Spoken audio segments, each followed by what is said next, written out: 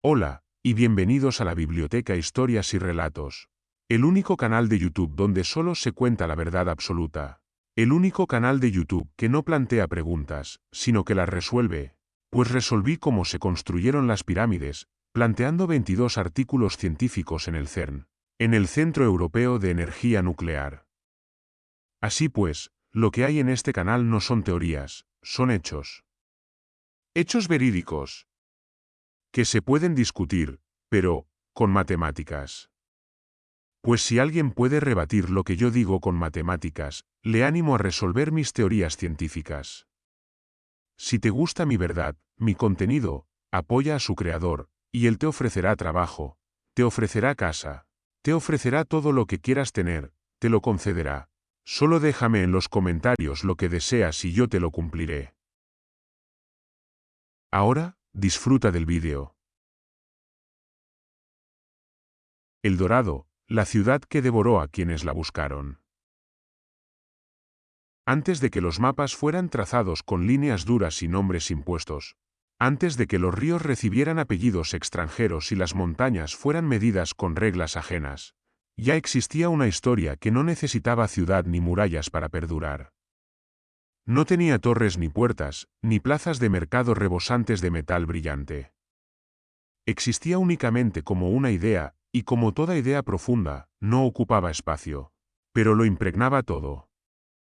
Aquello que más tarde sería llamado El Dorado nació así, no como un lugar al que llegar, sino como un sentido que comprender.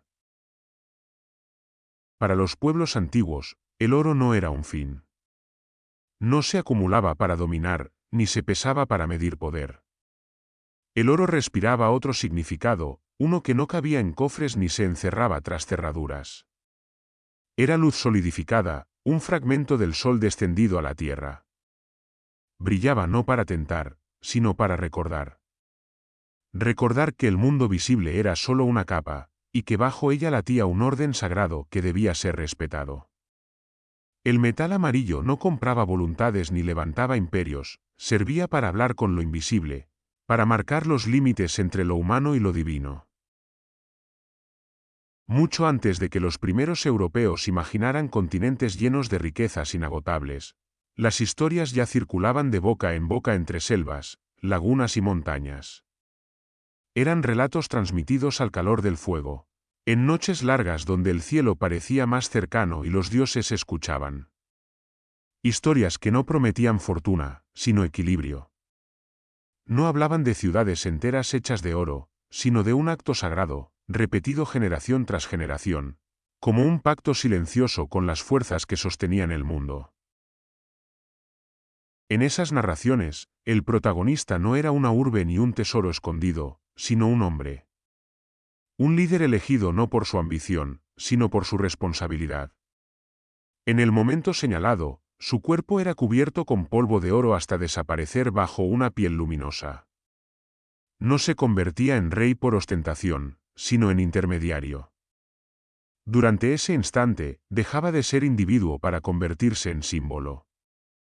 Era el hombre dorado, no porque poseyera el oro, sino porque el oro lo poseía a él, aunque solo por un breve tiempo ritual. Ese acto no celebraba la riqueza material, sino la renuncia.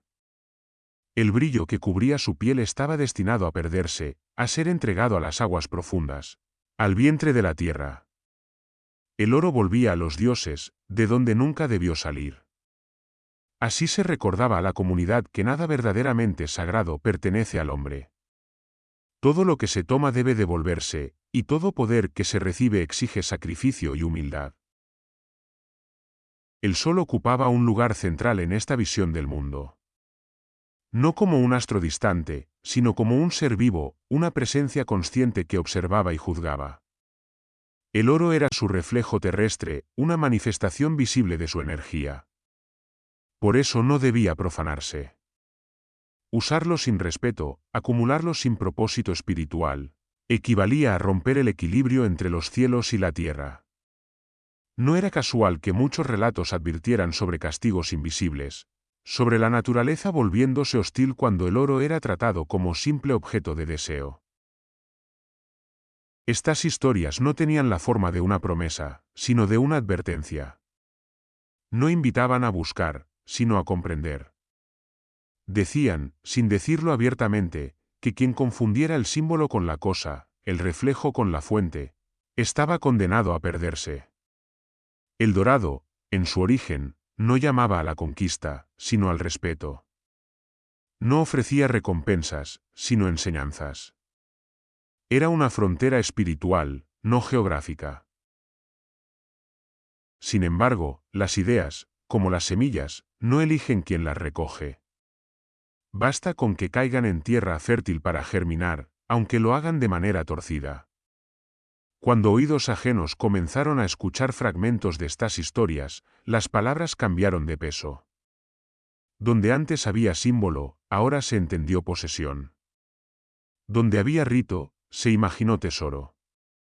El hombre dorado dejó de ser un acto efímero para convertirse, en la imaginación foránea, en la puerta de entrada a una riqueza sin límites.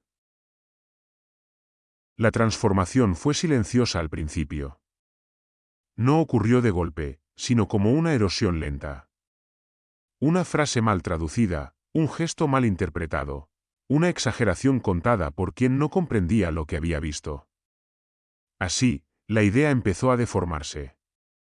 El brillo espiritual se volvió material. El relato perdió su advertencia y conservó solo el fulgor.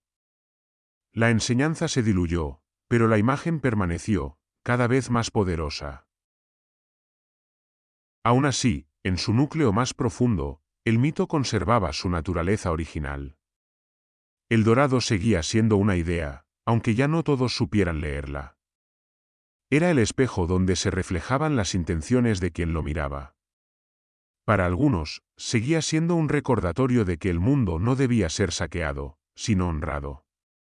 Para otros, se convirtió en la promesa de una riqueza que justificaría cualquier sacrificio, incluso el de la propia humanidad. Así nació la semilla de la obsesión. No como una fiebre inmediata, sino como un susurro persistente. Un brillo en la mente que no se apaga. El dorado empezó a vivir no en la tierra, sino en la imaginación. Creció alimentado por deseos ajenos, por ambiciones que nada tenían que ver con su origen sagrado. Y cuanto más se alejaba de su sentido original, más irresistible se volvía para quienes veían en el oro no al sol, ni a los dioses, sino la llave para dominar el mundo. Lo que había sido concebido como un límite espiritual se transformó, sin que muchos lo notaran, en una meta. Y cuando una idea sagrada se convierte en objetivo, deja de proteger y empieza a devorar. El amanecer no llegaba de golpe. Primero era una claridad tímida que se filtraba entre la niebla, como si el sol dudara antes de mostrarse por completo. La laguna permanecía inmóvil, con una quietud tan perfecta que parecía no pertenecer al mundo de los hombres. A su alrededor, la vegetación guardaba silencio. No había aves cantando ni insectos rompiendo el aire. Todo esperaba. El cacique avanzaba despacio, con los pies desnudos tocando la tierra fría. Cada paso era un acto de aceptación. No caminaba hacia un trono ni hacia una celebración, sino hacia una transformación. Su cuerpo ya no le pertenecía. Manos expertas habían comenzado a cubrirlo con polvo de oro, capa tras capa, hasta que su piel dejó de ser piel. Bajo la luz naciente, su figura se volvió irreconocible, una silueta viva que reflejaba el cielo y el fuego del sol al mismo tiempo. No brillaba por vanidad, sino por entrega. El oro se adhería a su cuerpo como si siempre hubiera estado allí, como si no fuera un adorno, sino un recuerdo despertado. Cada grano tenía un significado, una historia ligada a la tierra que lo había parido. No era riqueza extraída, sino materia consagrada. En ese instante, el cacique dejaba de ser hombre para convertirse en símbolo, en vínculo. Era el reflejo humano del sol, el mensajero entre planos que no debían tocarse sin permiso. La laguna de Guatavita se extendía frente a él como un ojo antiguo, profundo, observador. Sus aguas no eran simplemente agua. Eran memoria. Allí se creía que habitaban fuerzas más antiguas que cualquier linaje, espíritus que habían visto nacer y morir generaciones enteras. El lago no aceptaba visitas casuales. No era un lugar para la pesca ni para el descanso. Era un santuario, y como todo santuario verdadero, imponía respeto incluso antes de ser comprendido. Las canoas aguardaban en silencio, apenas rozando la superficie oscura. El cacique subió a una de ellas sin ayuda. Nadie podía sostenerlo en ese momento. El ritual exigía soledad incluso en medio de la comunidad. A su alrededor, los sacerdotes entonaban cantos graves, repetitivos, palabras antiguas cuyo significado no podía separarse del sonido que las pronunciaba. No eran canciones para ser escuchadas, sino para ser sentidas. Vibraban en el pecho, en la tierra, en el agua. A medida que la canoa avanzaba hacia el centro del lago, el mundo cotidiano quedaba atrás. Las orillas se alejaban, difusas, como si pertenecieran a otra realidad. El aire se volvía más denso. El reflejo dorado del cacique se duplicaba en el agua, creando la ilusión de dos seres unidos por un mismo destino, uno de carne y otro de reflejo. Ese era el punto exacto donde los mundos se tocaban. Las ofrendas esperaban. Figuras de oro finamente trabajadas, esmeraldas, piezas que habían sido creadas no para ser poseídas, sino para desaparecer. Cada objeto llevaba consigo una intención, una petición, un agradecimiento. No se ofrecían para obtener favores, sino para mantener el equilibrio. El acto de arrojar algo valioso al agua era una afirmación poderosa: lo sagrado no se retiene. Uno a uno, los objetos fueron entregados al lago. Al tocar la superficie, el oro no brillaba, no luchaba por mantenerse visible. Se hundía con docilidad, como si regresara a su origen. No había lamento en ese gesto, solo solemnidad. El agua los aceptaba sin ruido, cerrándose sobre ellos como un secreto renovado. El cacique permanecía inmóvil. El oro que cubría su cuerpo comenzaba a desprenderse lentamente, disolviéndose en el agua. Cada partícula que caía era una renuncia consciente. En ese instante, el hombre no pedía nada. Simplemente cumplía su papel. El oro no era un premio, sino un lenguaje. A través de él, se hablaba con aquello que no tenía forma ni nombre. Para el pueblo, el lago era un umbral. No se le atribuía una sola deidad, sino muchas presencias. Era un punto de encuentro entre el mundo visible y el invisible. El oro, al ser arrojado, se convertía en puente.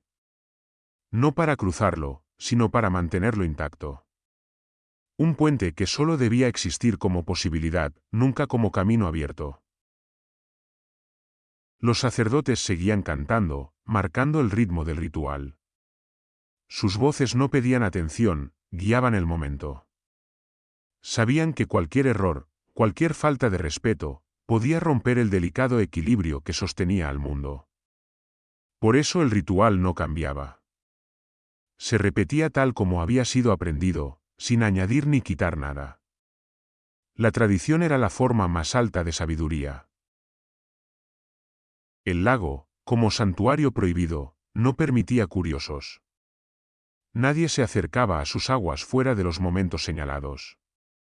No por miedo, sino por comprensión. Sabían que lo sagrado no se desgasta con el tiempo, sino con el abuso. Mantener la distancia era una forma de protección, tanto para el lugar como para la comunidad. Cuando el ritual alcanzaba su punto final, el cacique se sumergía por completo. El oro restante abandonaba su cuerpo en un último gesto de entrega. Al emerger, ya no brillaba. Volvía a ser hombre. Vulnerable, humano, consciente del peso de lo que había representado. No había aplausos ni celebraciones. El silencio era la única respuesta adecuada. Desde ese momento, el relato comenzaba a vivir más allá del ritual. no como espectáculo, sino como memoria compartida. Quienes lo presenciaban no hablaban de riquezas, sino de equilibrio. Sin embargo, bastaba con que un observador ajeno viera una sola vez al hombre cubierto de oro para que la imagen eclipsara todo lo demás. El símbolo era demasiado poderoso. Así, el mito dejó de ser solo una enseñanza interna y empezó a tomar forma en la realidad. El acto ritual, repetido durante generaciones, dio cuerpo a una idea que ya no podía desaparecer. El hombre dorado, el lago sagrado, el oro entregado a las aguas, todo se fusionó en una historia que ya no pertenecía solo a quienes la entendían, sino también a quienes la escucharían sin comprenderla. Fue en ese punto exacto, entre el canto y el silencio, entre el oro que se hundía y el agua que lo ocultaba, donde el mito dejó de ser únicamente espiritual y comenzó a hacerse real en la mente humana. No como debía ser recordado, sino como sería deseado.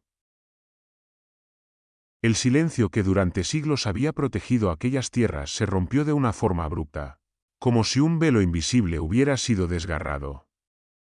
Llegaron desde el horizonte sobre embarcaciones extrañas, con velas que parecían alas y maderas que crujían como si el mar mismo las rechazara. Traían consigo hierro, pólvora y palabras nuevas, cargadas de significados que no encajaban con la realidad que iban a encontrar. No llegaron buscando comprensión, sino respuestas rápidas, y sobre todo, confirmaciones. Para los pueblos que habitaban aquellas tierras, el encuentro fue desconcertante. Aquellos hombres vestían armaduras que brillaban como el sol, pero no desprendían calor ni vida. Sus gestos eran impacientes, sus miradas inquietas. Preguntaban por oro incluso antes de aprender los nombres de los ríos. No escuchaban las historias completas, se aferraban a fragmentos, a palabras sueltas que encajaran con lo que ya traían en la mente. El ritual del hombre cubierto de oro, narrado como advertencia y enseñanza, se convirtió rápidamente en algo muy distinto en sus oídos.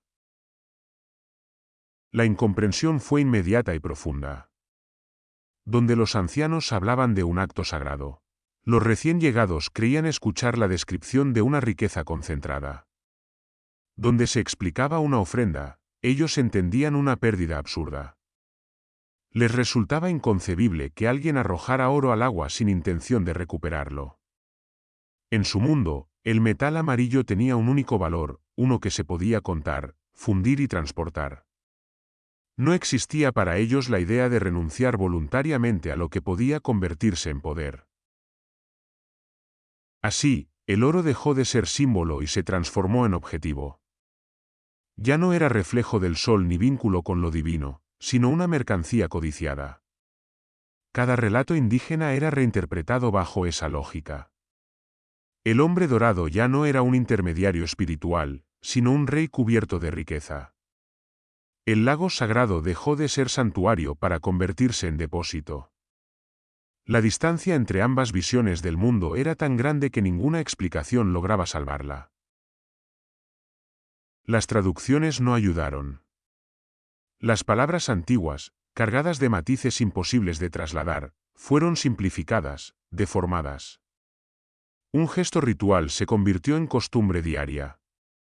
Un acto simbólico pasó a entenderse como prueba de abundancia permanente. Cada narrador añadía detalles para impresionar a sus superiores, exageraba lo visto, completaba lo desconocido con imaginación. Así, el relato crecía y se deformaba al mismo tiempo. En los campamentos improvisados, alrededor de hogueras encendidas en tierras extrañas, las historias se repetían una y otra vez. Cada vez eran más grandiosas. El oro ya no cubría solo a un hombre, sino a todo un pueblo.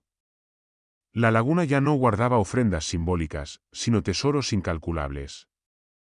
El ritual, despojado de su sentido, se convirtió en prueba irrefutable de una riqueza que debía ser tomada. La codicia, como un fuego mal contenido, empezó a consumir cualquier vestigio de duda.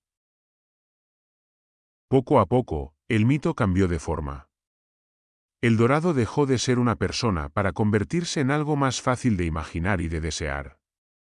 Un hombre podía morir, un ritual podía desaparecer, pero una ciudad podía conquistarse.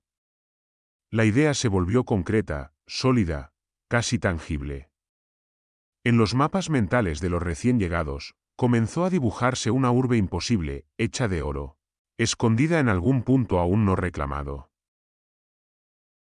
La transformación fue definitiva cuando el relato cruzó los mares de vuelta.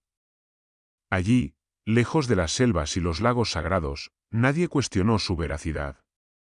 La historia ya no hablaba de símbolos ni advertencias, sino de promesas. El Dorado, ahora ciudad, se alzaba como la recompensa última para quienes se atrevieran a buscarla.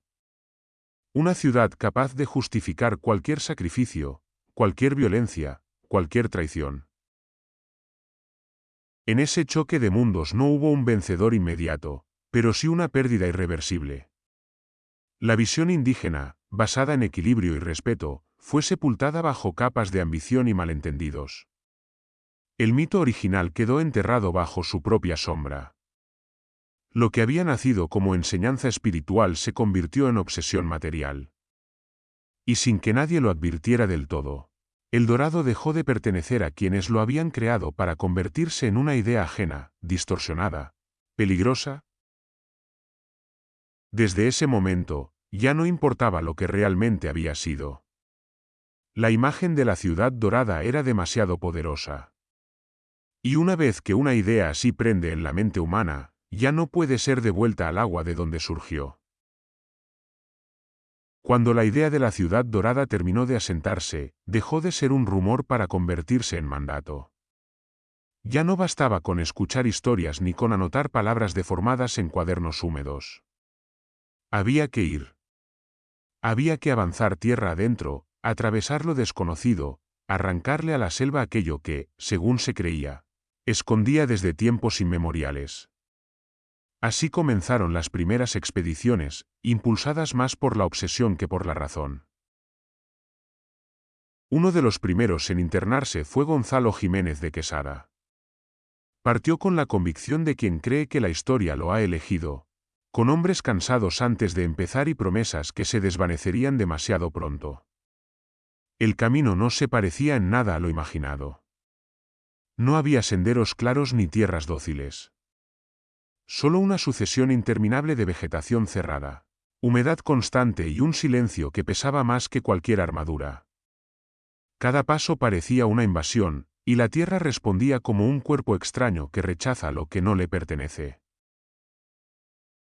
Sebastián de Belalcázar avanzó desde otra dirección, empujado por la misma idea, aunque convencido de que sería él quien llegaría primero.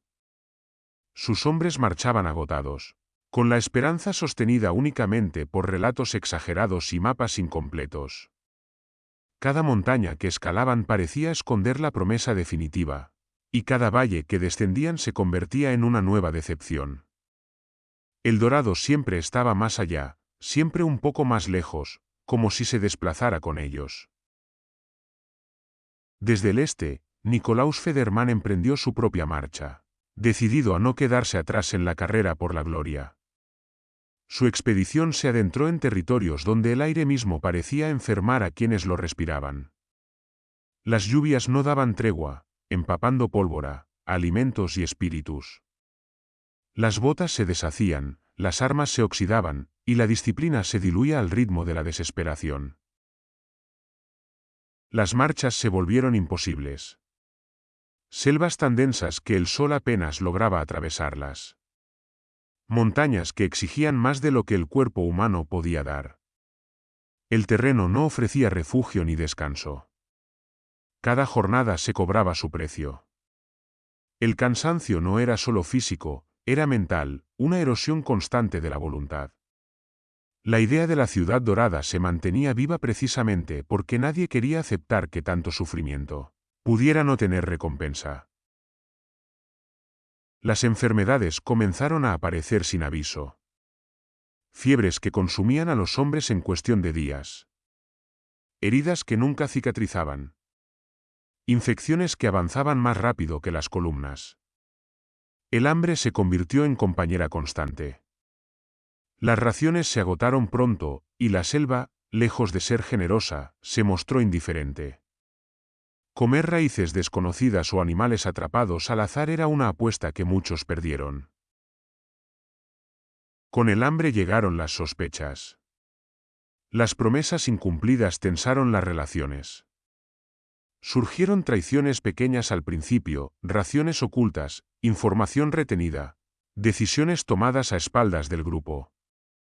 Después llegaron las grandes, abandonos nocturnos, motines sofocados con violencia, líderes cuestionados por hombres que ya no creían en nada salvo en sobrevivir un día más. Los ríos se convirtieron en enemigos silenciosos.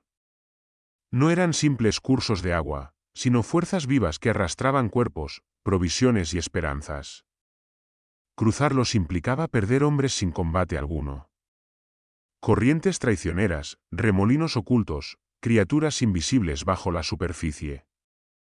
Muchos desaparecieron sin un grito, sin testigos, engullidos por aguas que no devolvían lo que tomaban.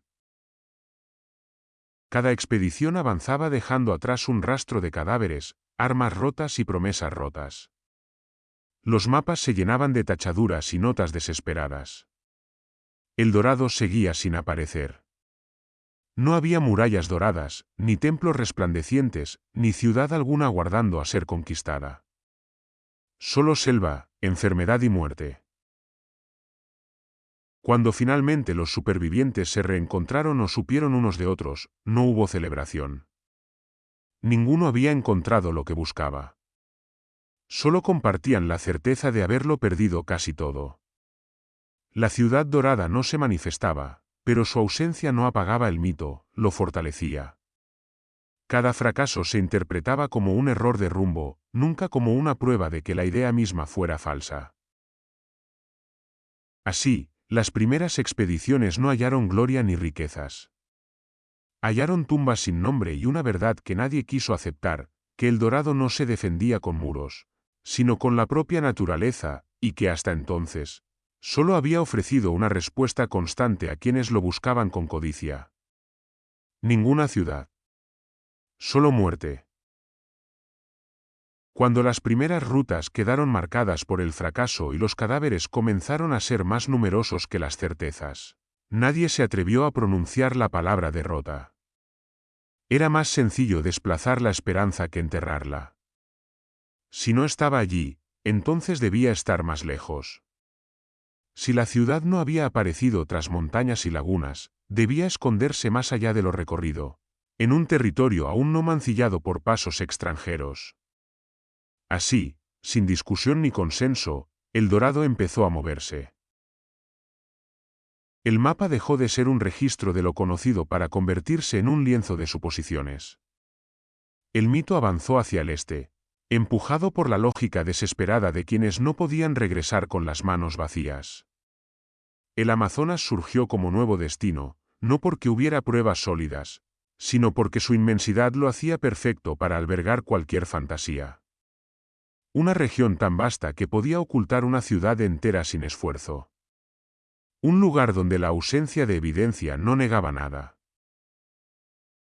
Las selvas se volvieron infinitas en los relatos. Donde antes había caminos difíciles, ahora había laberintos sin fin. Donde los ríos ya habían cobrado vidas, ahora se hablaba de redes acuáticas interminables, todas conduciendo hacia el corazón del misterio. Los mapas, dibujados por manos cansadas y mentes alteradas, comenzaron a contradecirse unos a otros. Un río aparecía donde otro lo negaba. Una cordillera se desplazaba de un pergamino a otro. La geografía dejó de obedecer a la tierra y empezó a obedecer al deseo. En esa confusión, los informantes se convirtieron en piezas clave. Indígenas capturados, intérpretes improvisados, guías obligados a señalar direcciones que no comprendían. Las preguntas ya no buscaban verdad, sino confirmación.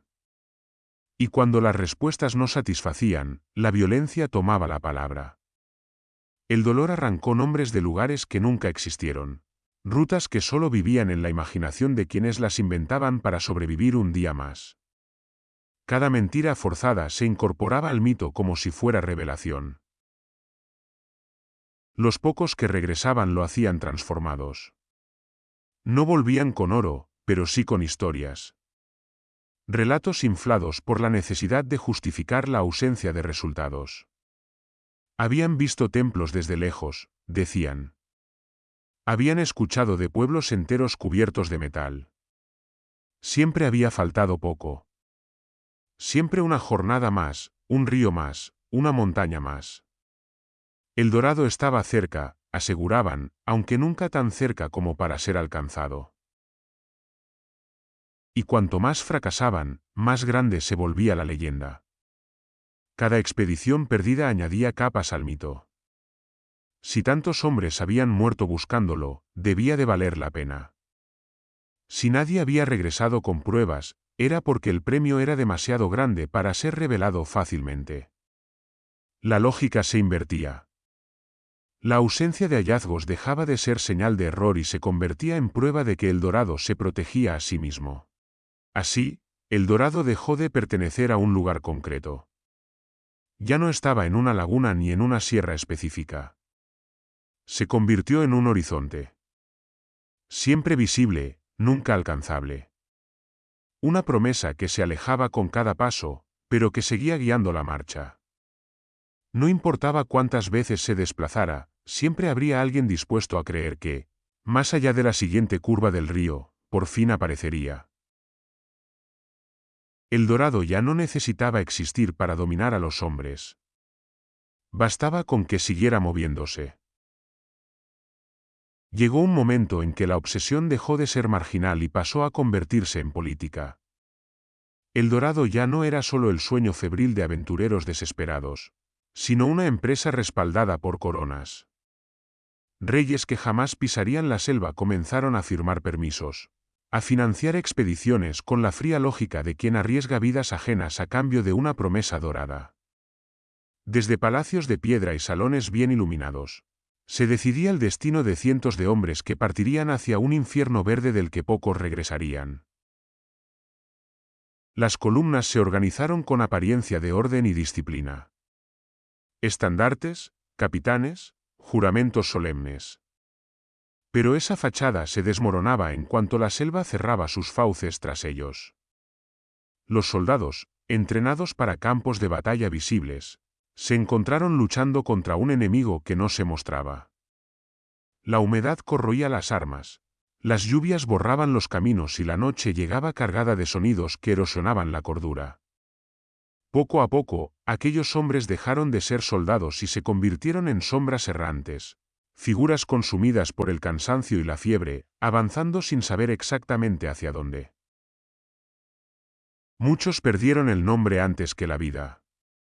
En los registros quedaron como desaparecidos, pero en la realidad se transformaron en fantasmas, vagando por márgenes de ríos, abandonados por expediciones que ya no podían cargar con ellos.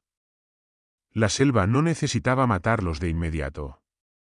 Bastaba con aislarlos, con hacerlos sentir pequeños, prescindibles. Así, la búsqueda del dorado empezó a vaciar de humanidad a quienes la emprendían. En ese contexto emergió una figura que encarnó la fractura definitiva entre ambición y razón. Lope de Aguirre avanzó río abajo con una determinación que rozaba la locura.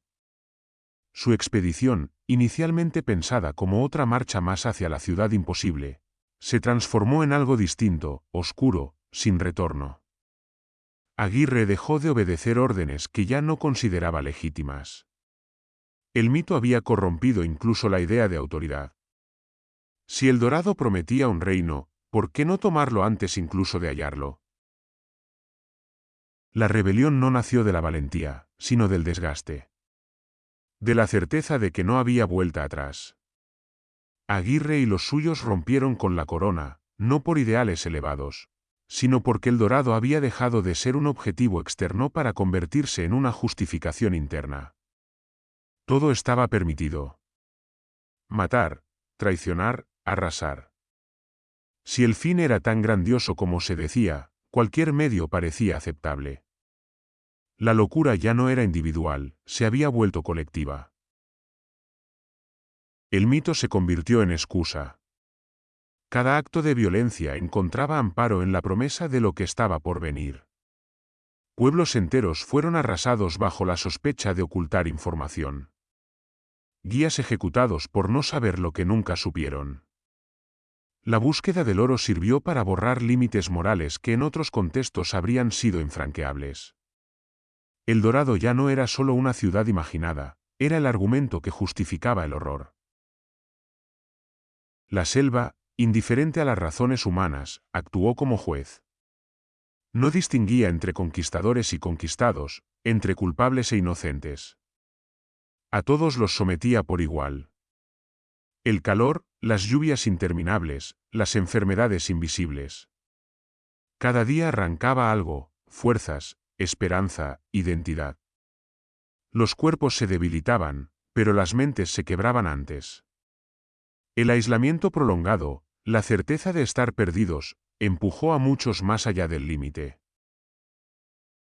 El hambre alcanzó niveles que nadie había previsto ni querido recordar después. Cuando ya no quedaba nada que cazar ni intercambiar, algunos cruzaron la última frontera. El canibalismo dejó de ser un tabú y se convirtió en un acto de supervivencia desesperada. Comer al compañero caído no se veía como crimen, sino como continuación forzada del camino. Otros eligieron desaparecer en la espesura, desertando sin rumbo, prefiriendo el anonimato de la selva a la disciplina rota de una expedición condenada. Hubo quienes no soportaron más. El peso de la culpa, del fracaso, del engaño asumido. Algunos se arrojaron a los ríos que ya habían devorado a tantos. Otros se dejaron morir en silencio, apartándose del grupo, esperando que la selva hiciera el resto. Cada muerte añadía una capa más de oscuridad al mito. Y mientras tanto, el Dorado seguía intacto, inalcanzable, alimentándose de cada paso dado en su nombre. El mito ya no guiaba a los hombres, los devoraba. Aquellos que lo buscaban empezaron a desaparecer no solo de los mapas, sino de sí mismos. La locura dorada había cumplido su función: transformar una idea en una fuerza capaz de consumir a quienes se atrevieran a perseguirla sin comprenderla. Con el paso de los años y las expediciones fallidas, el nombre del Dorado comenzó a desgastarse, como una palabra repetida demasiadas veces sin respuesta. Pero la obsesión no se extinguió. Simplemente mudó de piel. Allí donde el oro no había aparecido, surgió otro nombre, más antiguo, más enigmático, pronunciado en voz baja por quienes aseguraban conocer secretos que no debían revelarse. Así, el Dorado empezó a llamarse Paititi. No era solo un cambio de nombre, sino de escenario.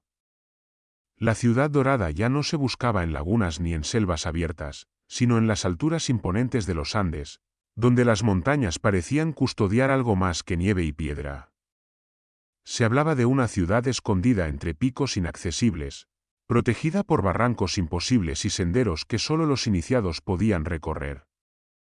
Allí, decían, no solo se conservaba oro, sino un conocimiento antiguo que jamás había caído en manos extranjeras. Las historias hablaban de rutas secretas, caminos invisibles que no aparecían en ningún mapa oficial.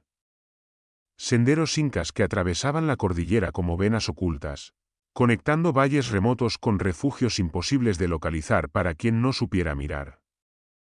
No eran simples caminos de piedra, sino recorridos rituales, diseñados para confundir al invasor y guiar solo a quienes respetaran la tierra. Cada paso mal dado llevaba al vacío, cada desvío podía significar la muerte. En esos relatos, Paititi no era una ciudad abierta ni orgullosa de su riqueza. Era un refugio. Un último bastión donde se habían reunido los sabios, los guardianes de una herencia que no debía caer en manos codiciosas. El oro seguía presente, pero no como acumulación, sino como parte de una arquitectura simbólica. Piedra y metal se mezclaban en construcciones que hablaban de equilibrio, de una ciencia espiritual que combinaba observación del cielo, dominio del entorno y respeto absoluto por la vida. Se decía que allí se custodiaban secretos prohibidos. Conocimientos sobre la tierra y las estrellas, sobre ciclos que se repetían y cataclismos que regresaban cuando el equilibrio se rompía. El oro era apenas un componente visible de algo mucho más profundo. Un lenguaje. Un medio para registrar y transmitir saberes que no podían escribirse en pergaminos ni confiarse a la memoria común. Pero si Paititi existía, no lo hacía desprotegida. Los relatos insistían en la presencia de guardianes. No ejércitos, sino linajes. Hombres y mujeres encargados de preservar el secreto, dispuestos a desaparecer antes que revelar rutas o nombres. Algunos afirmaban haberlos visto desde lejos, figuras silenciosas observando desde las laderas, confundidas con la roca y la sombra. Otros decían que jamás se dejaban ver, que la montaña misma era su aliada. Los mapas comenzaron a multiplicarse, y con ellos, las desapariciones. Cartógrafos que aseguraban haber tenido en sus manos la ubicación exacta de la ciudad, solo para morir poco después o perder sus documentos en circunstancias extrañas. Mapas robados, quemados, extraviados. Cada versión contradecía a la anterior. Paititi aparecía en un valle y desaparecía en el siguiente. La certeza se volvía imposible. Así, el mito se fragmentó. El Dorado ya no era uno solo. Se dividió en múltiples ciudades perdidas, cada una adaptada a un territorio distinto, a una cultura distinta, a una esperanza distinta. Para algunos estaba en los Andes. Para otros, más allá de la selva. Para otros, bajo la tierra misma. El nombre importaba menos que la promesa. Y en esa fragmentación, el mito se volvió inmortal. Ya no podía ser refutado, porque no tenía una sola forma. Cada fracaso daba origen a una nueva versión. Cada ausencia se explicaba con un nuevo secreto. El Dorado, bajo el nombre de Paititi y muchos otros, dejó de ser una meta concreta para convertirse en una constelación de relatos, todos conectados por la misma obsesión, la creencia de que, en algún lugar aún no profanado, se escondía aquello que el mundo moderno había perdido. Ya no se buscaba solo oro. Se buscaba redención, poder, sentido. Y mientras hubiera alguien dispuesto a creer, el mito seguiría desplazándose, fragmentándose, sobreviviendo. Mientras los forasteros seguían desplazando el mito por montañas, ríos y selvas sin fin, la verdad permanecía inmóvil, sostenida por quienes nunca sintieron la necesidad de escribirla. Para los pueblos originarios, el Dorado jamás fue un punto en el espacio. No podía señalarse con el dedo ni encerrarse entre murallas. No estaba oculto porque no era un lugar físico. Existía en otra dimensión, una que no se mide con pasos ni se conquista con armas. El error fundamental había sido creer que todo lo valioso debía tener forma, peso y localización. Para los indígenas, el Dorado era una enseñanza viva. Un recordatorio constante de cómo debía relacionarse el ser humano con el mundo que lo rodeaba. No se trataba de llegar, sino de entender. De actuar correctamente para que el equilibrio no se rompiera. El oro formaba parte de ese lenguaje simbólico, pero jamás fue su centro. El metal amarillo no debía poseerse. Esa idea resultaba incomprensible para quienes venían de sociedades donde la acumulación definía el poder y la jerarquía. En cambio, para las culturas originarias, retener el oro era alterar su naturaleza. El oro pertenecía a la tierra y al sol, no al individuo. Tomarlo más allá de lo ritual era una forma de desequilibrio, una apropiación indebida de algo que no había sido creado para enriquecer a nadie. La riqueza, tal como la entendían, no se medía en objetos, sino en armonía. En la capacidad de una comunidad para sostenerse sin romper los ciclos naturales. En la abundancia compartida, no en el excedente acumulado. Tener más de lo necesario no era signo de éxito, sino de peligro. Porque todo exceso generaba una deuda invisible con la tierra, una deuda que tarde o temprano debía pagarse. La selva no era un obstáculo ni un enemigo. Era una guardiana. Protegía lo sagrado no mediante muros, sino mediante pruebas. Solo quien caminaba con respeto podía atravesarla sin ser destruido. Los ríos, las montañas, las enfermedades, no eran castigos arbitrarios, sino respuestas. La selva observaba, medía intenciones, y actuaba en consecuencia. A quien entraba con codicia, lo despojaba de todo. A quien lo hacía con humildad, le permitía existir. Por eso, los relatos sobre castigos a los codiciosos no eran amenazas, sino advertencias.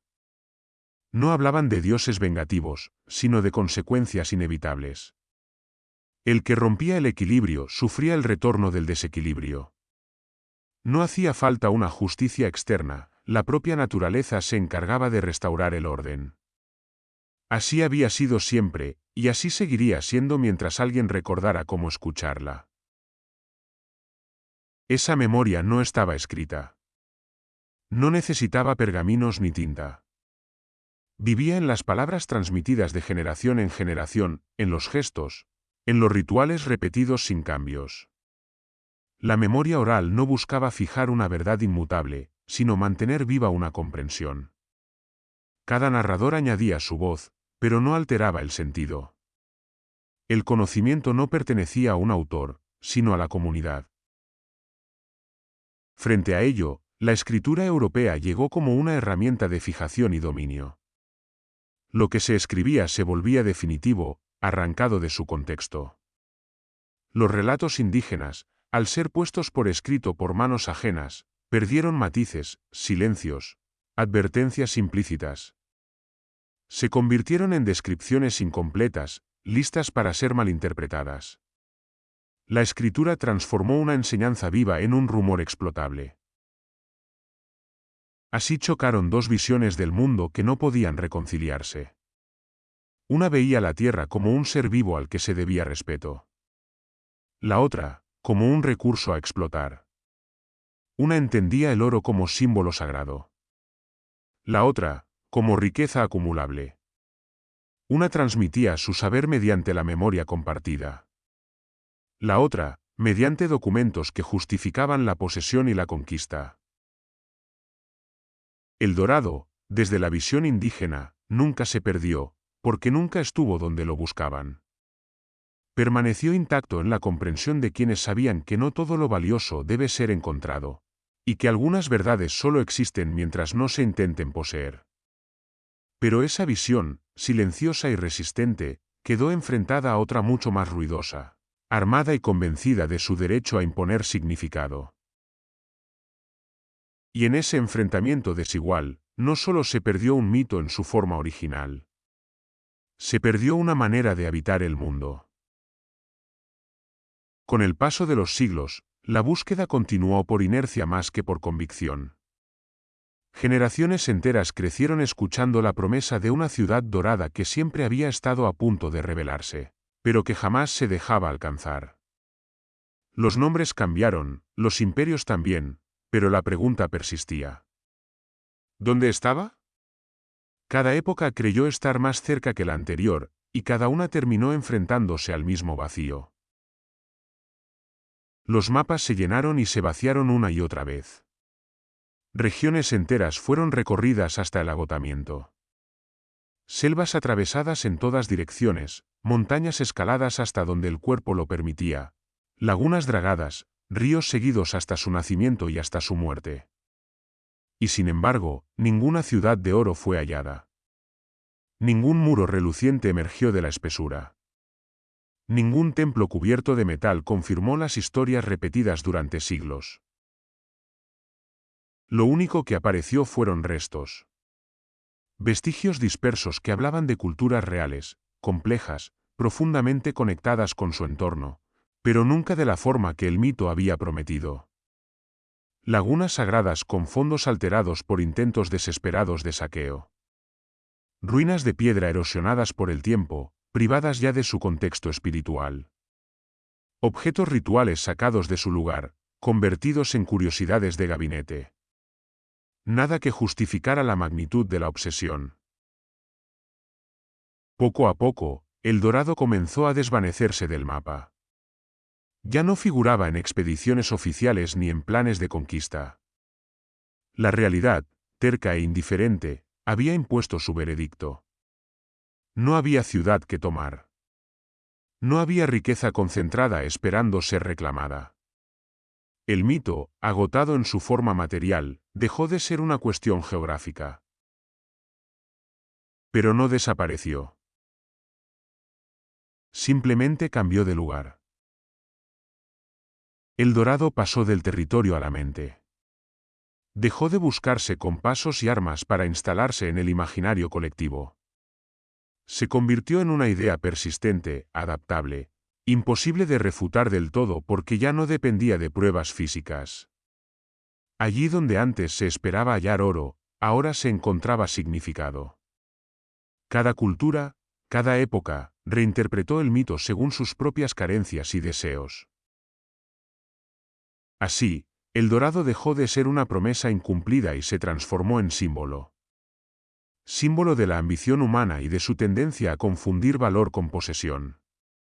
Símbolo del choque entre mundos que no supieron escucharse. Símbolo de todo aquello que se busca con desesperación sin comprender su naturaleza. El Dorado pasó a representar lo inalcanzable, no porque estuviera escondido, sino porque nunca fue algo que pudiera tomarse. La ironía final era tan poderosa como silenciosa. Durante siglos se habló de la mayor ciudad jamás vista, de una urbe capaz de eclipsar a todas las demás, de un lugar tan deslumbrante que justificaba cualquier sacrificio. Y sin embargo, esa ciudad no había existido nunca. No como la imaginaron quienes la buscaron. No como la dibujaron los mapas. No como la soñaron los reyes. Fue la mayor ciudad jamás vista precisamente porque nunca estuvo allí. Porque al no existir, pudo adoptar todas las formas posibles. Pudo ser laguna, selva, montaña, refugio, promesa. Pudo ser todo y nada al mismo tiempo. Y en esa ausencia absoluta, logró algo que ninguna ciudad real consigue, sobrevivir intacta al paso del tiempo. El Dorado fracasó como lugar, pero triunfó como advertencia.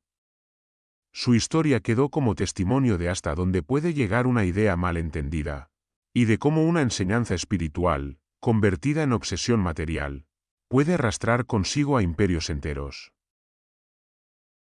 Al final, no hubo victoria ni botín. Solo una certeza tardía, escrita no en oro ni en piedra, sino en la memoria humana, que algunas búsquedas están condenadas desde el momento en que se emprenden con las preguntas equivocadas.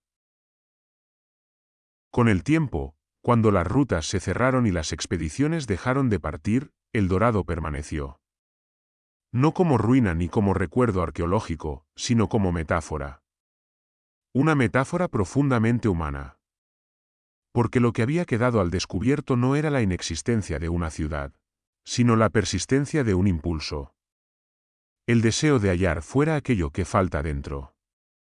La necesidad de creer que existe un lugar donde todo se resuelve, donde la abundancia redime el sufrimiento y justifica cualquier sacrificio previo. La historia había demostrado, una y otra vez, que la codicia no construye civilizaciones, las consume. Imperios enteros se lanzaron a la búsqueda de un brillo que no comprendían, y en ese camino destruyeron culturas reales, saberes vivos, equilibrios frágiles.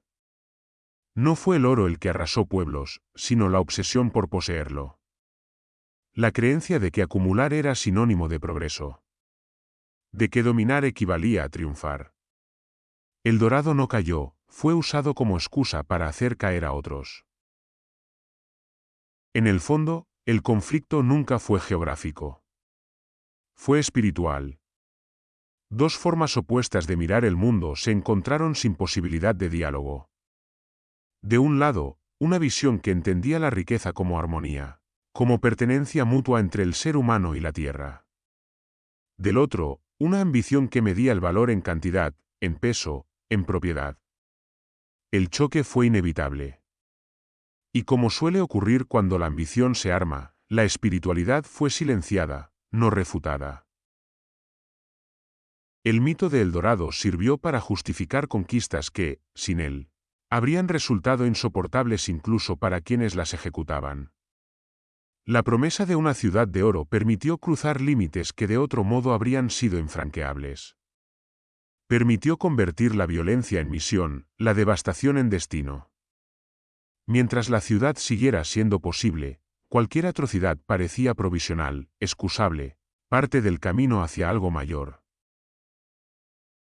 Pero el tiempo, que no concede absoluciones, dejó claro el saldo. No hubo redención final. No hubo descubrimiento que compensara la pérdida. Lo que quedó fueron relatos, cicatrices, silencios heredados.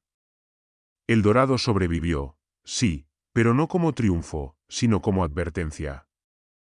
Vivió en libros, en crónicas, en leyendas repetidas una y otra vez, adaptadas a nuevas épocas, a nuevas búsquedas. Cada generación proyectó en él sus propios anhelos, riqueza, poder, conocimiento, salvación. Así, El Dorado nunca murió porque nunca fue solo una historia del pasado. Siguió mutando, reapareciendo bajo otras formas, con otros nombres. Siempre como promesa. Siempre como horizonte. Siempre como aquello que parece estar al alcance de la mano, pero que se aleja cuando se intenta poseerlo. No porque esté escondido, sino porque no se deja reducir a objeto. Y entonces, la conclusión se vuelve inevitable, aunque tarde siglos en ser aceptada. El Dorado no era una ciudad de oro. No lo fue nunca. No estaba hecha de metal ni de piedra brillante. No aguardaba a ser descubierta en ningún valle remoto ni en la cima de ninguna montaña. Su verdadera materia era otra, mucho más peligrosa y persistente. El Dorado era el reflejo de lo que el hombre desea, y de lo que está dispuesto a perder para obtenerlo. Y así llegamos al final de este relato. Gracias por acompañarme en este viaje a través de las palabras. Espero que hayas disfrutado la historia tanto como yo al compartirla contigo. Recuerda que en la biblioteca siempre habrá un nuevo mundo que descubrir, una voz que escuchar, un eco que revivir. Hasta la próxima, y que tengas muy buenos días, tardes o noches. No olvides suscribirte y dejar tu like para seguir explorando juntos más relatos.